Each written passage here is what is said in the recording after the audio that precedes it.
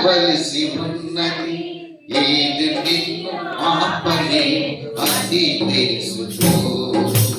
అన్ని విడిచి నీవు వెళ్ళవలసి, ఏది నిన్ను ఆపలే అది తెలుసుకో. తెలుసుకో సోదరా, నీ జీవితమే పాపిలో. తెలుసుకో సోదరా, నీ జీవితమే పాపిలో. నీ జీవితమే పాపిలో. నీ జీవితమే పాపిలో. నీ జీవితమే పాపిలో.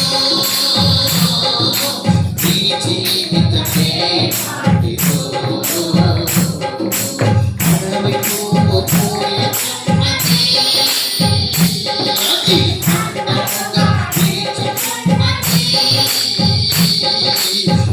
అడవికు పోయే చిన్నది, అది అందముగా నిలిచినది. ఎందుకు తెలుసా అది ఆగిపోవటకే, నీ జీవితమాలాడితే. ఎందుకు తెలుసా అది ఆగిపోవటకే, నీ జీవితమాలాడితే. తెలుసుకో సోదరా, నీ జీవితమే పాపిలో. నీ జీవితమే పాపిలో.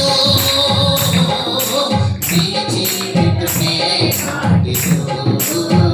హల్లెలూయా.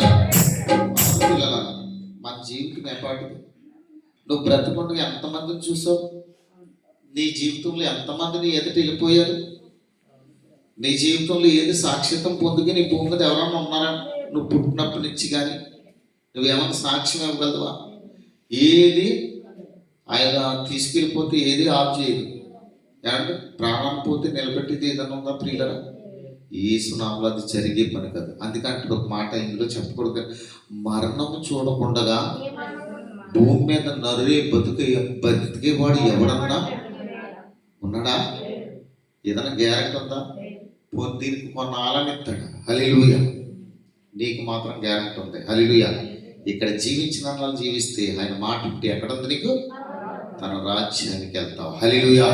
పరదేశం నుంచి పరలోకానికి వెళ్ళగలదు. తప్పని కూడా దేవుని పొందాము.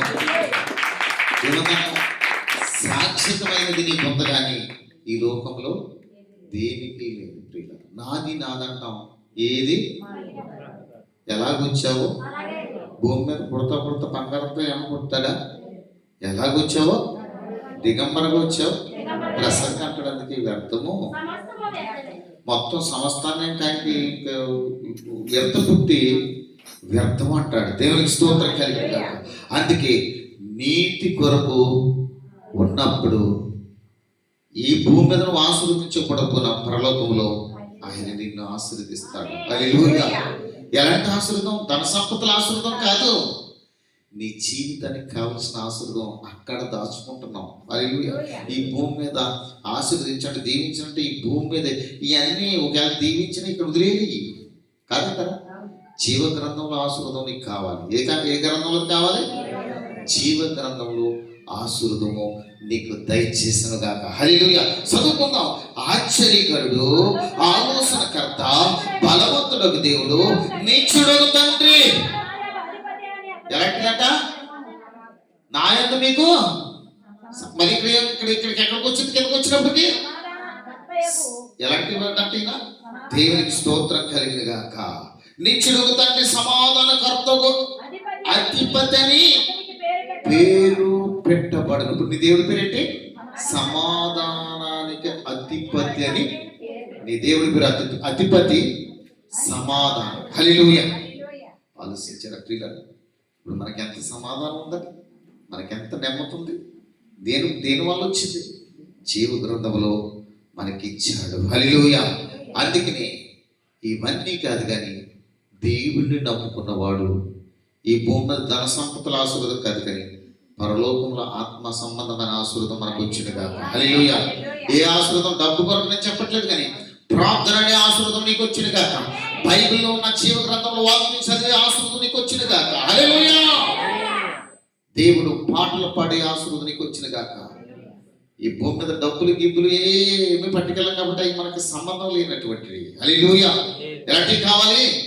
దేవుడు నమ్మకమైన ఆశీర్వాదం. హల్లెలూయా. నమ్ముతున్నావు ప్రియులరా? లూకా రాసిన సువార్త 2వ అధ్యాయంలో రాయబడింది. ప్రియ స్నేహితులారా, దేవుడు ఇప్పుడైనా మనం ఎలా ఉండాలంటారా?